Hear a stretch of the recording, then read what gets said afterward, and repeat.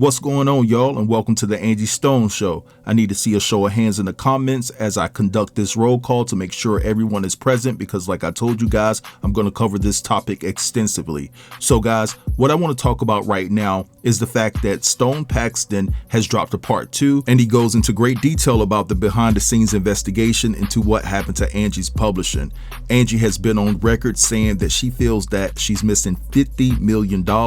There has been about 30 to 40 songs that have been stolen from her, and it really seems that Angie was drowning financially towards the end of her unfortunate passing.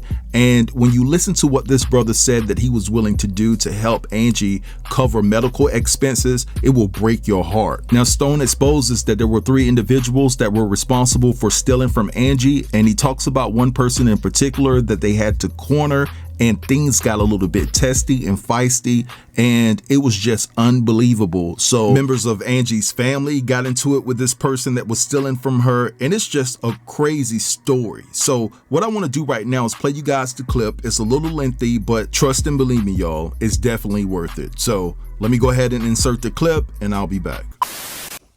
What's up, you guys? Stone Paxton back again, and this is the part 2, you guys. Why Angie Stone mentioned my name. And yeah, man, this is what I'm going to say to you. I'm going to do this little disclaimer before we get started. I'm going to say to all of you that have been hitting up my TikTok and you've been saying, like, say the name of the person. How come people don't name the people when all this stuff goes down? How come they won't say who it is? Well, I'm not going to say who it is, okay? I'm not going to name any names, okay? My thing is to create clarity for all of you who are speculating. And my thing was to create clarity for myself as well, because people were seeing, people keep hitting me about Angie mentioning my name. So I felt like it's almost as if Angie mentioned our names for a reason. So I feel like it's my duty to explain certain things that you don't know about, to help you, the fans, have some sort of closure. It might not be full closure until you feel like there is justice done, and we all feel like there's justice done, but it'll give you somewhat some kind of closure for Stony, okay, which is what I called her and which is what she called me. So I'm going to get into the story of, there were 3 people that Angie was set on when it came to taking her publishing. And these were her words to us. And as we researched the things she felt, we found were true. Okay, so there were 3 people that she mentioned that were once deeply involved with her that she said were taking from her. And as we got deeper into our research, like I said on the last video, those things we found to be true. Let's go deeper into this conversation. There was a gentleman that was a part of Angie. And I can remember the phone call when Angie called me and she was actually introducing this person to me. And this was before she got rid of the person, right? And she had told the person about me and the team. And this person didn't even want to speak to me on the phone. As a matter of fact, this person was being very kind of, cold with me on the phone, very short with words with me. Very just very cold and short and meticulous in how they were talking to me, and the words, they almost not even really talking to me, would talk over me and speak to Angie while I'm on the phone, while we're in a formal meeting of introduction. This is Stone Paxton. He represents this. This is what Stone's going to do, him and his people, blah, blah, blah, blah, right? Well, this gentleman wasn't really he didn't even want to talk to me. He's just very disrespectful. Just going to call it what it is, right? So after that conversation, I get an email and it was an NDA, right? And I was like, what is this? Because, we had talked about what we were going to do, right? It was an NDA. And so I hit Angie and I was like, yo, Stony. I said, somebody sent me an NDA. I was like, what is that about? And she was like, oh, don't worry about it. Don't worry about that NDA. I said, why? I said, why is this? Who is this dude? Right? Because she didn't tell me that this person was helping her on a certain level of, I'm just going to say that with paperwork and stuff like that, right? She didn't explain that to me. She didn't disclose that to me. I just thought this guy was somebody that was, maybe part of our circle, part of the whole team. So so she tells me this guy sent the paperwork. She says, "Oh, don't worry about it. Don't worry about it." She says, did he email you? I said, yeah. She said, don't worry about it. Don't even worry about it. I can't remember if it came directly from him or someone else. So she said, don't sign it. Don't worry about signing it. I said, okay. I said, yeah, because that was just kind of weird, Fast forward, she started to tell me that she suspected this particular person had been taking her songs and stealing from her, right? So I was just kind of like, I didn't ask her any questions. I didn't go deep into saying why, what's this guy's position. I just listened to her and I said, okay, so I'll send you the paperwork over so that we can move forward. Because I wanted to make sure everything was solid. So I said, we'll send the paperwork over. The team will get the paperwork over so we can make sure that this guy knows that we're representing you. And we did. She signed the paperwork. She signed our agreement and we moved forward. Then we start reaching out to this guy, this said person who had been handling a lot of her business. And so stay with me, you guys, because this story is like a roller coaster. So this said person who was handling some of her business concerning her catalog publishing, and when it came to certain advances and stuff like that, she said this person was handling, right? So all of a sudden we couldn't get a hold of this person. I text this person. They said, who are you? And I told them who I am. And I said, we'd like to talk with you about Angie, about Angie Stone.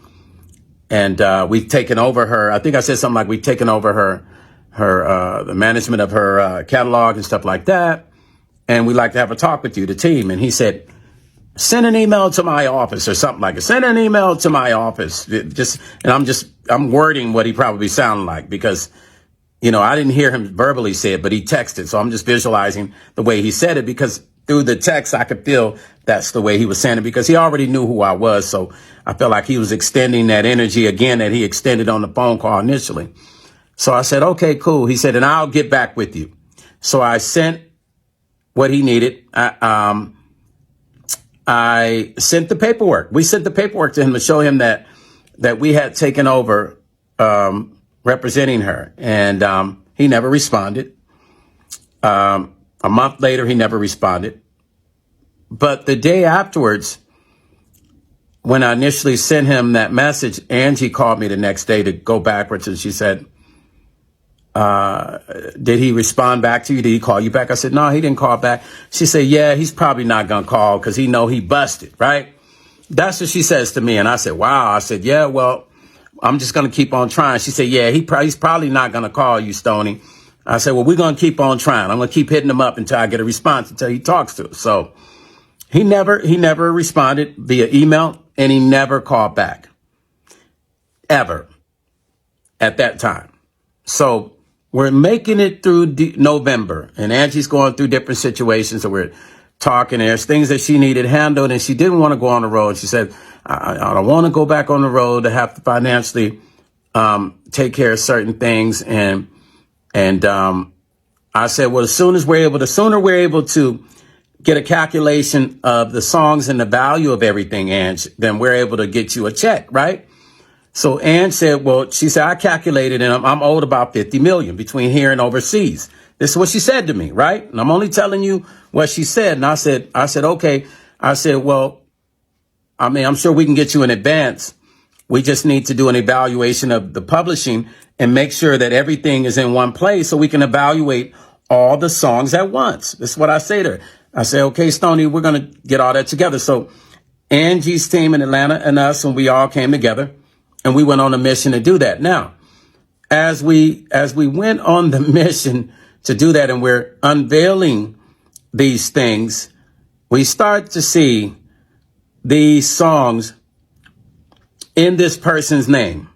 Mind you, I've been trying to reach out to this guy for the longest, this said person, to get a conversation as to what's going on so we can get an understanding and why you're not calling us, right? And This person is not responding. So as we started to see songs show up with this person's name on it, many songs, we started to go, okay. And then Angie Stoney, she really started to like freak out because she was like, wow, so is that why I'm not getting a phone call back?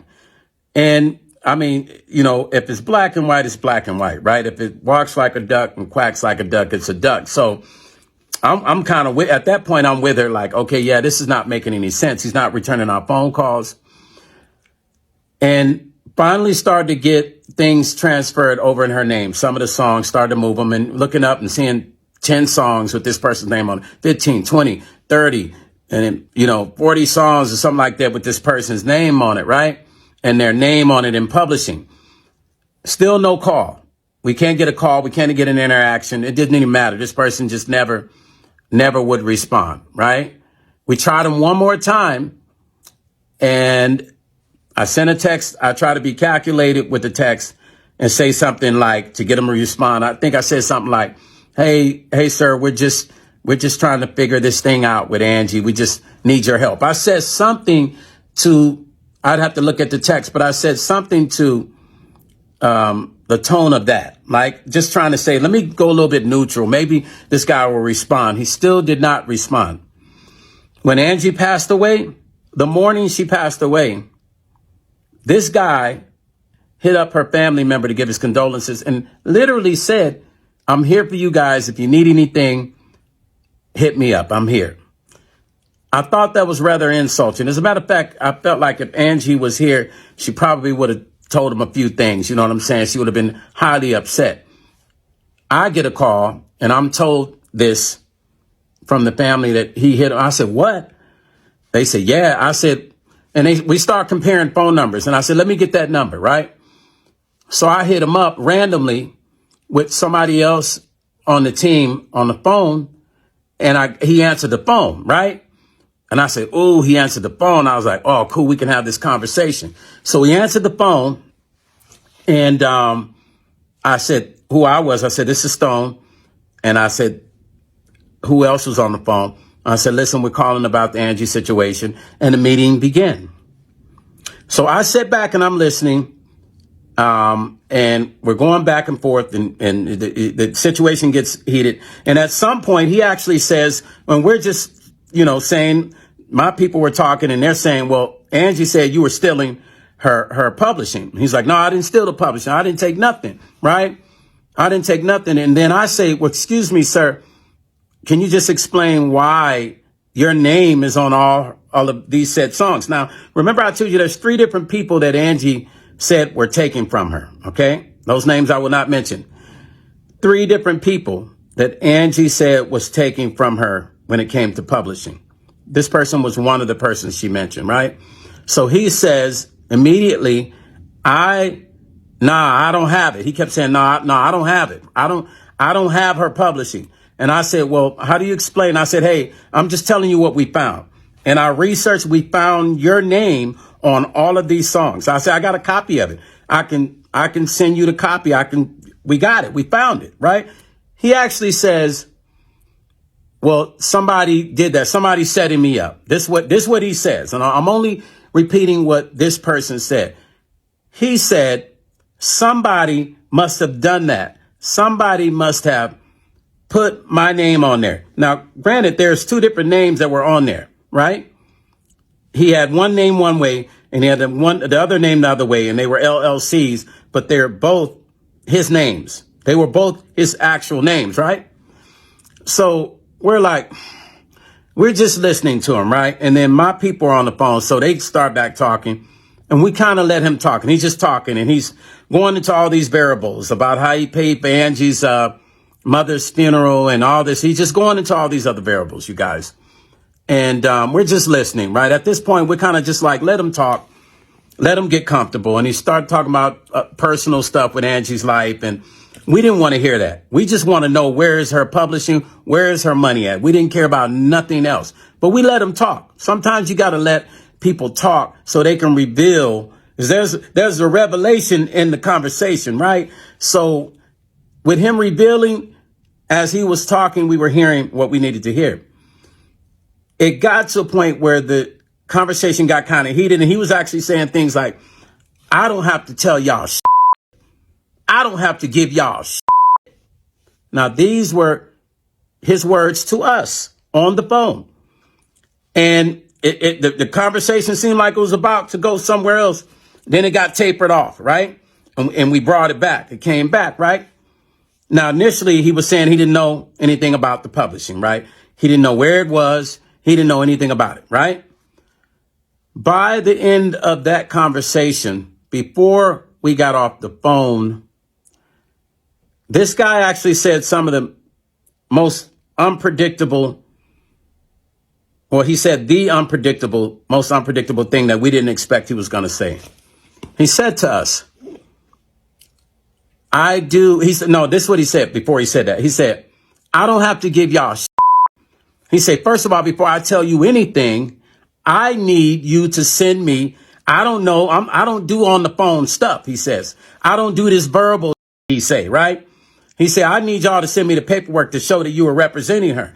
And my people said, we sent you this a long time ago. Then I say to him, yeah, I emailed it to you. We text you about it. You had multiple emails of us trying to get a hold of you, and you never responded. So now you're telling us to send it to you again when you already have it. So he was he was saying that I don't do nothing verbal on the phone. I don't do all that verbal stuff. After he had already said, I don't have to give you shit. Now, at the end of that conversation, this same person said, right before the conversation was over with, I kid you not, I'm not even making this up. You can't make stuff like this up. This is like a freaking movie, man. It's just unfortunate that we lost Angie Stone, our sister, man. It's unfortunate we lost her. This is like a bad movie, man. So by the end of the conversation, this same person is saying this. Well, okay, listen, I do know where the publishing is. And, once y'all send me that paperwork, I'll connect you with the people that's got it, and y'all can yell at them. This person's exact words. And we all were in shock. I was in shock. I actually couldn't believe it, right? So I say to him, do you mind if I call said person and get them on the line too?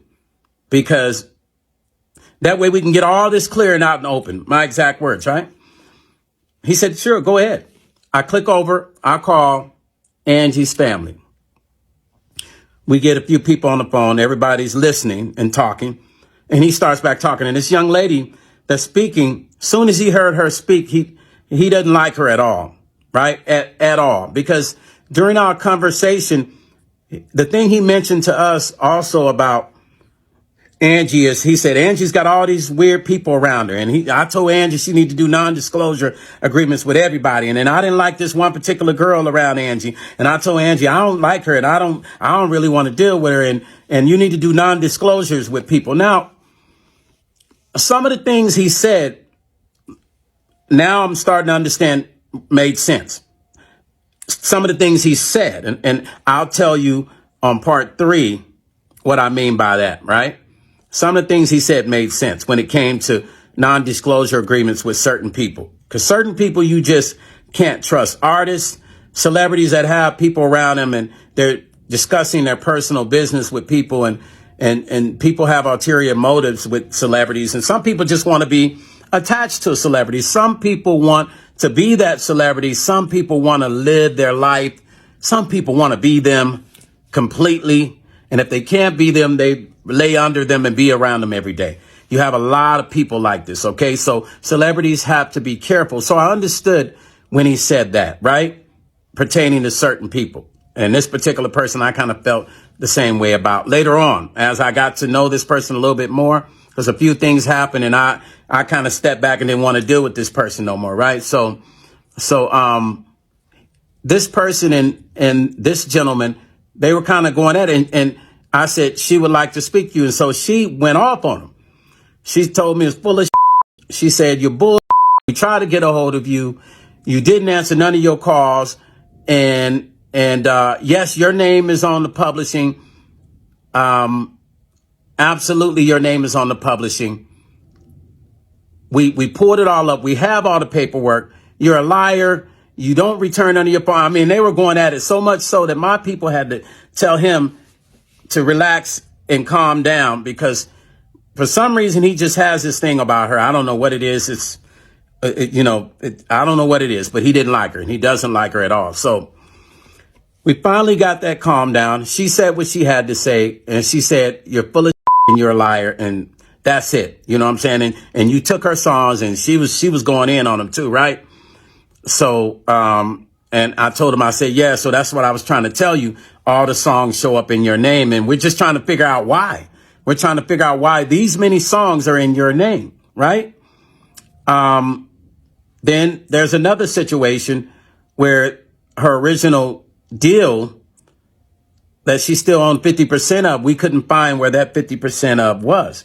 Now I'd have to pull that. I got that paperwork on me because Angie sent it, but I'd have to pull it up, and I wouldn't show the paperwork, but I'd read to you the breakdown and what she was getting back then, so you understand what she was owed. So, and then another person that she felt like had just completely dipped on her. She couldn't get a hold of this person. They left out of her life. And all these people seemed to reappear when she passed away. Now, once again, what I am sharing with you are the things that I am privy to knowing because I was part of helping her. I was helping Angie. And these things I had to deal with. These things I had to be a part of. These things I had to help figure out how to solve to make things better for her so we can get her some money. It got to a point to where, I wish that everybody that had never met Angie could meet her, because this woman was an amazing lady, man. She always knew how to make a person feel special, like a brother or a sister or uncle or a cousin. She just had that thing, man. She just had a super warm heart. But I hated to see her go through struggles. When she was in the hospital, I didn't actually know she was in the hospital the times that I was talking to her. She was sick in the hospital and was still calling me.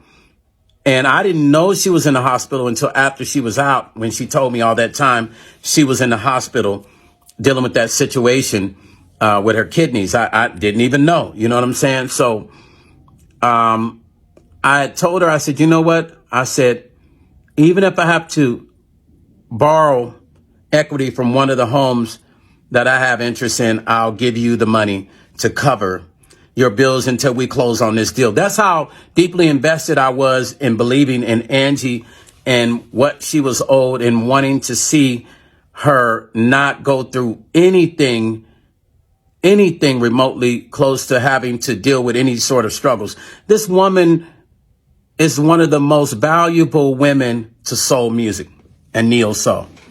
The most valuable. There's no reason she should have been any such. There's no reason. I'm sorry, because I'm thinking about so many things. I might get tongue twisted here and there, but there's no reason she should have been dealing with any sort of struggles when her music is worth so much money, when her music was generating so much money for her. She should have never had to go on the road, which is, she didn't want to. She didn't want to be on the road. But if you knew Angie, she was all about taking care of her family, and she was all about taking care of people. Angie would bring people in literally off the streets and help them out. She believed in everybody. You feel me? So that situation with this gentleman, that was the last conversation he had with us, in the last call, was him saying, I know where the publishing is. And when y'all give me the paperwork to show me that you guys are really representing her, I'll connect you with the people that have it, and you can yell at them. And it messed us up. And we ended that phone call in complete disarray as to what had just happened, because it was shocking to hear, after hearing the person not talking to you, not responding, only to finally get a hold of them, had to trick that person and call them and get their new number and call them, and they answer, and we forced the meeting. That was pretty much a forced meeting, to only hear the person act up and very rude with you in the beginning, only in the end of that conversation to say they know where the publishing is.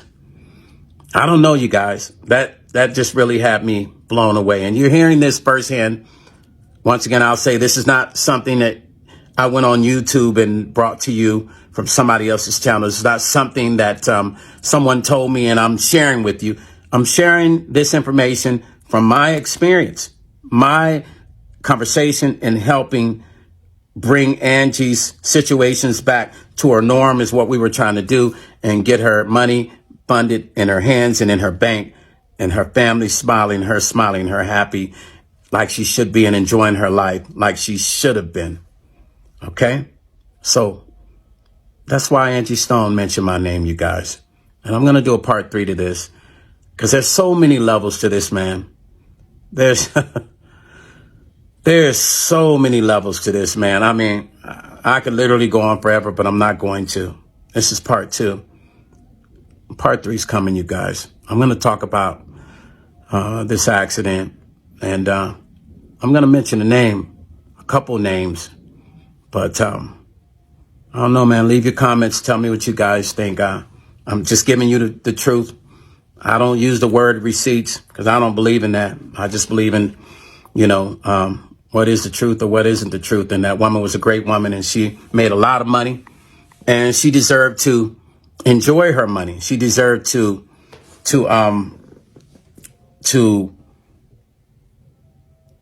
spend her money with her family, to take them on vacations, to enjoy herself, to have a good time with her grandkids, her daughters, her son. She didn't get a chance to really live her life in peace like you see white celebrities when they retire. They get to enjoy their money.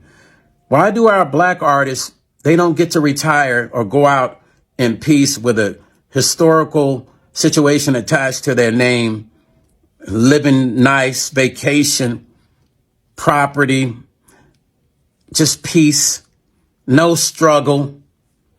Why do African-American artists always have to, this is the narrative as far as how their lives always have to end when they're in the music industry? There has to be a deeper answer to this, and we know the answer to it, but something has to be solution for this, because nobody deserves for their life to end in the way of where they work so hard and they're not able to benefit off of their publishing. They're not able to enjoy their family and allow their family to really enjoy and reap the rewards of their labor. They shouldn't have to wait until they pass away for something to be fixed. They should not have to wait, and their family shouldn't have to wait till they die for them to receive something, for them to feel the warmth of what their family member contributed to the world. Yeah, you guys, Angie was, she was an angel. And the more and more I think about this, I see that she mentioned my name and my brother's name for a reason. She wanted us to continue her mission. And I will do everything that I can do to keep her legacy alive on my side through myself and the people I know and other artists, and helping other artists like I've always done, like Angie does. And through my own personal life and my music, I will do everything I can to keep her legacy alive, you guys. Part 3 coming, you guys. Thank you for all those that have commented on the last video, and part 3 coming. I'll talk about this accident. We're gonna go deep into that. But peace and love, you guys. Stone Paxton, and I'm out. All right, so you guys just heard all of that, and the one thing that I just want to point out is the fact that Stone Paxton just seems like a great dude. The fact that he was willing to go to that magnitude to help Angie speaks volumes. But y'all, they really did a number on Angie, and when you look at her celebration of life and all of the flowers, the roses that were surrounding her casket, those are roses that she should have gotten when she was alive. And although everything that Stone Paxton was saying is definitely important and integral to the investigation of Angie Stone's publishing, it just really stings me to just think about the fact that she was struggling towards the end of her career. She was on dialysis and things of that nature, and she's trying to figure out how to pay her medical bills and other bills on top of that. That is just extremely sad. So my hope is that Stone Paxton and his team and the team in Atlanta that Angie had, and also we need to throw Tyler Perry in the mix, because remember, he asked that Angie's celebration of life Where is her money? He may jump in and try to figure out something. I hope that they're able to retrieve every damn penny that Angie Stone is owed. But anyway, I'm gonna let this go right here. I know this video was lengthy, but I had to play it in its entirety. I want you guys to feel free to drop down in the comments and let me know what you think about everything that was discussed within this video. Don't forget to like, comment, share, and if you're new here, consider subbing to the channel. I'll get with you guys later. Peace.